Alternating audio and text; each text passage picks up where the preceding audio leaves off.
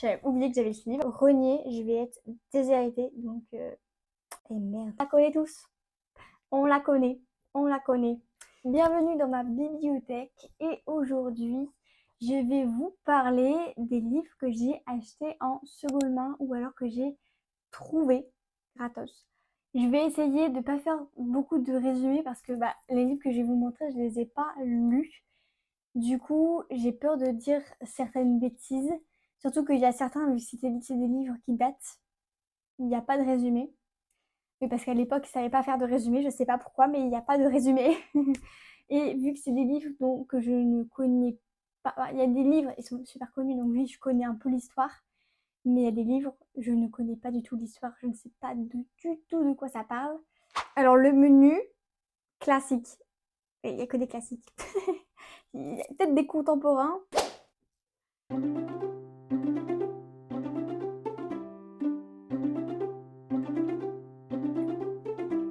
Premier livre, Flaubert, l'éducation sentimentale.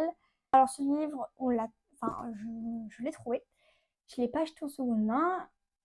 Je ne sais pas du tout de quoi il parle, parce que je ne connaissais pas ce livre. Alors je pense que j'ai déjà entendu parler du nom, mais je ne sais pas du tout ça, de quoi ça parle. Alors je pense, je vais dire je pense avec des gros guillemets, parce que c'est ce à quoi je pense, et je ne sais pas du tout si le livre parle de ça, mais je pense que ça parle d'un adolescent quelqu'un va faire son éducation sentimentale.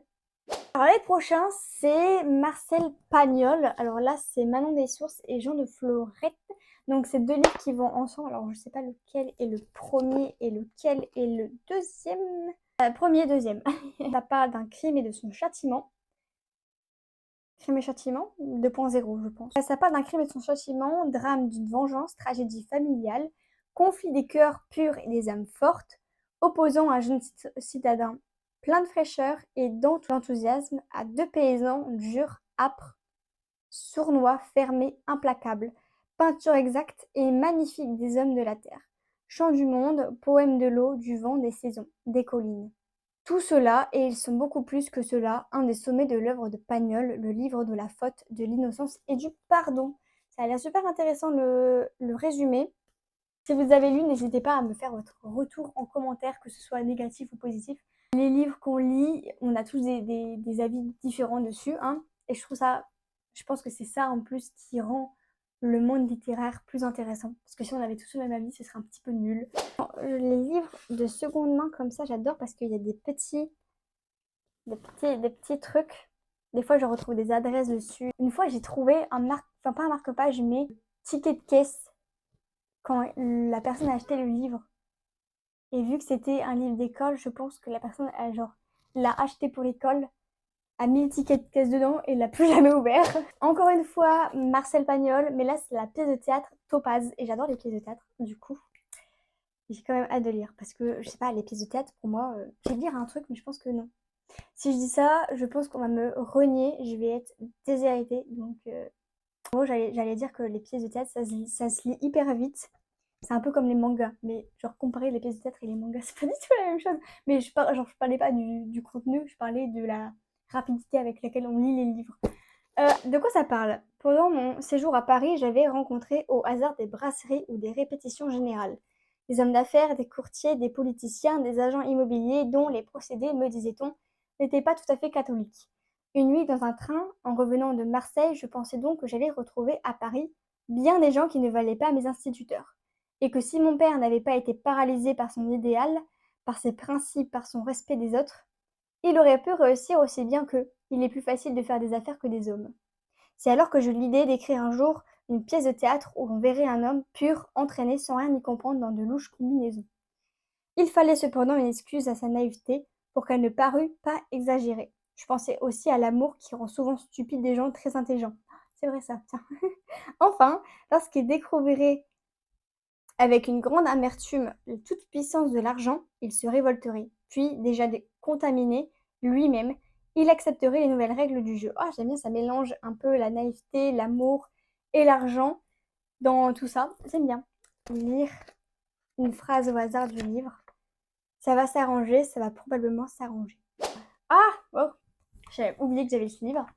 Paul Verlaine, Romance sans parole. J'en ai un autre de Paul Verlaine. C'est... Eh merde. Jadis et naguère. Oui, voilà. Jadis et naguère. Je sais pas pourquoi j'ai pris celui-là. Celui-là, je l'ai aussi... Bah, oui, trop secondairement, c'est un peu le but de la vidéo. Poème, recueil de poèmes. Je pense que je l'ai pris pour son titre, parce que Romance sans parole, je trouve ça beau comme titre. De quoi ça parle? C'est dans la prison de Mons, en Belgique, que Paul Verlaine reçoit les premiers exemplaires de Romance sans parole. Oh, triste, triste était mon âme. C'est le printemps 1874. Le poète maudit vient de vivre des amours tempétueuses, des ruptures et des crises. Il pleure dans mon cœur comme il pleut sur la ville. La peinture s'enhardit dans l'impressionnisme, la poésie se libère des contraintes de la versification. Verlaine écrit même des vers impairs. C'est l'extase langoureuse, c'est la fatigue amoureuse. Oh, toute cette audace vous est destinée. Voici des fruits, des fleurs, des feuilles et des branches. Et puis, voici mon cœur qui ne bat que pour vous. Lire De qui la main imperceptible sait parfois donner un soufflet qu'on échange contre un baiser sur l'extrême phalange du petit doigt et comme la chose est. Voilà. Je découvre les livres. À chaque fois, j'oublie les livres que j'achète. C'est Roméo et Juliette de Shakespeare. Donc là, je pense que j'ai pas besoin de vous baratiner avec le résumé. On la connaît tous. On la connaît. On la connaît. Voilà, pas besoin de, de reparler. J'ai été dans la ressourcerie où je trouve les livres de seconde main. Je me suis dit, mais en fait, je connais ce livre. Tout le monde connaît ce livre, mais je ne l'ai jamais lu. Du coup, je me dis, mais il faut que je lise les livres, même que je connais, enfin, que c'était des classiques, quoi. Il faut que je les lise de mes propres yeux avec, du coup, comment l'auteur lui-même l'a fait. En plus que là, j'ai pas le livre, j'ai la pièce de théâtre. Genre, c'est une pièce de théâtre. Je trouve ça encore plus intéressant parce que c'est le vrai texte, comment il était. C'était une pièce de théâtre parce que maintenant, il y a des livres sur Roméo et Juliette, mais là, c'est la pièce de théâtre. Je vais avoir beaucoup de pièces de théâtre à lire, mais c'est génial. Candide de Voltaire. Alors là, ce livre, je l'ai lu parce que j'avais lu un... Enfin, je l'ai lu. Non, pas du tout. Je l'ai acheté parce que j'avais lu un livre sur l'optimiste qui parlait justement de ce livre-là, comme quoi Voltaire avait créé ce livre pour se moquer des optimistes. Et je trouvais ça un petit peu marrant, donc je sais pas pourquoi je voulais l'acheter. Candide, c'est une personne qui est vraiment innocente et naïve, mais à l'extrême, quoi. Que signifie ce nom, Candide? Innocence de celui qui ne connaît pas le mal ou illusion du naïf, qui n'a pas fait l'expérience du monde. Voltaire joue en 1759, après le tremblement de terre de Lisbonne, qui est réel et qui a fait beaucoup de morts. Je pense que c'est un des tremblements de terre où il y a eu le plus de morts. Mais qui n'entend pas désespérer et qui en vient à une sagesse finale. Mesurée et mystérieuse, Candide n'en a pas fini de nous inviter au guet du savoir et à la réflexion. Là, je me demande si Candide, c'est pas un prénom. Parce que si c'est pas un prénom, il faudrait commencer à donner ce prénom-là. Parce que je trouve ça c'est un mot beau. Je sais pas pourquoi, mais à certains mots, c'est pas des prénoms, mais je trouve ça trop beau pour des prénoms. Genre comme alinéa. Pourquoi le mot est trop beau pour ce qui représente? Genre, ah, le premier livre de Zola. Je sais pas si c'est son premier, mais c'est Thérèse Raquin. Beaucoup de livres de Zola là maintenant. Je commence à m'avoir une pile là. J'ai déjà lu La mort mystérieuse de Olivier Bécaille, il me semble. Il y avait d'autres nouvelles avec. Et pourquoi Thérèse a-t-elle épousé son cousin Camille Souffretot?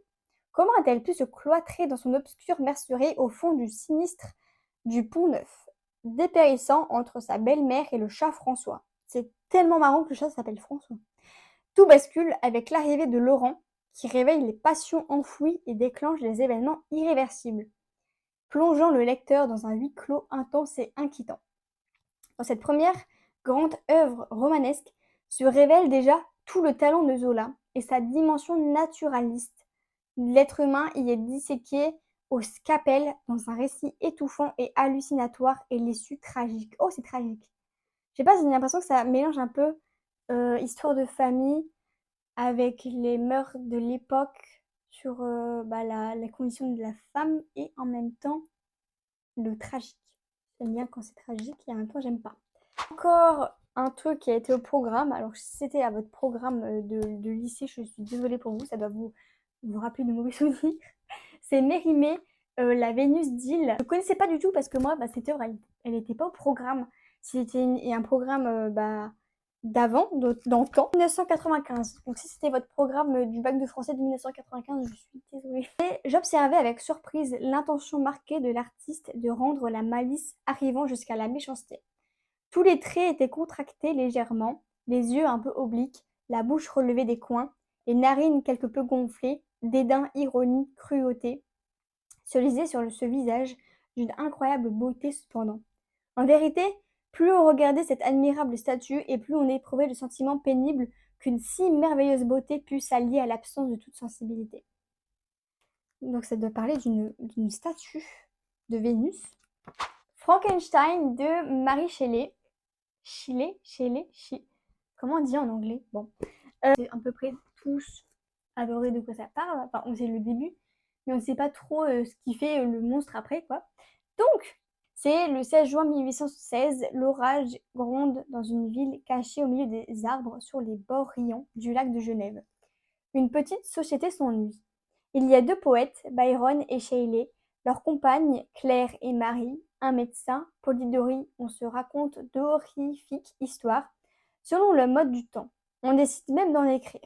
Dans la nuit, la jeune Marie, elle n'a pas encore 19 ans, ne peut dormir. Elle rêve d'un hideux fantasme d'homme. Quelques jours plus tard, naissent Victor Frankenstein et sa créature. Récit d'une inquiétante nouveauté, vite portée à la scène, très souvent ensuite à l'écran. Devenu si mythique que dans l'esprit du public, qui a oublié Mary Shelley, le créateur et sa créature se sont confondus. Le dernier livre, c'est Émile Zola et la bête humaine. Je sais pas du tout de quoi ça parle ce livre, du coup je vais vous lire le résumé. C'est le sang exécrable des bougons macares court dans les veines de Jacques Lantier, fils de Gervaise et héritier d'une lignée maudite. Lantier a assisté au meurtre d'un notable par le chef de gare du Havre. Pour se protéger, la femme de ce dernier, Séverine, le séduit et devient sa maîtresse. Auprès d'elle et dans les vapeurs de sa chère Lison, sa locomotive, Jacques pense pouvoir conjurer ses pulsions meurtrières, résister à la bête enragée qu'il sent en lui, à la seule vue de la nudité d'une femme. Un voyage tragique commence où la démence, la jalousie et le crime sont portés à l'incandescence dans le plus russe des romans français. Ouais, c'est vrai que à chaque fois que je lis le résumé, je l'ai lu 2 fois je crois, je me dis c'est vrai que quand on lit les résumés, on n'a pas l'impression que ce soit une histoire classique française d'autant. On parlait pas beaucoup de crimes dans le XXe siècle, mais là, à chaque fois, Émile Zola, il m'impressionne en parlant de choses que pas beaucoup de monde parlait. Du coup, ça mélange le crime, les pulsions meurtrières, l'amour par contrainte, la peur surtout, enfin ce genre de choses dans un train. Voilà, le train s'appelle Lison d'ailleurs, c'est super marrant parce que le prénom est un peu genre innocent et l'histoire est... J'ai trop parlé, j'ai plus de voix. La vidéo est finie, j'espère qu'elle vous aura plu et je vous dis à bientôt pour une nouvelle vidéo.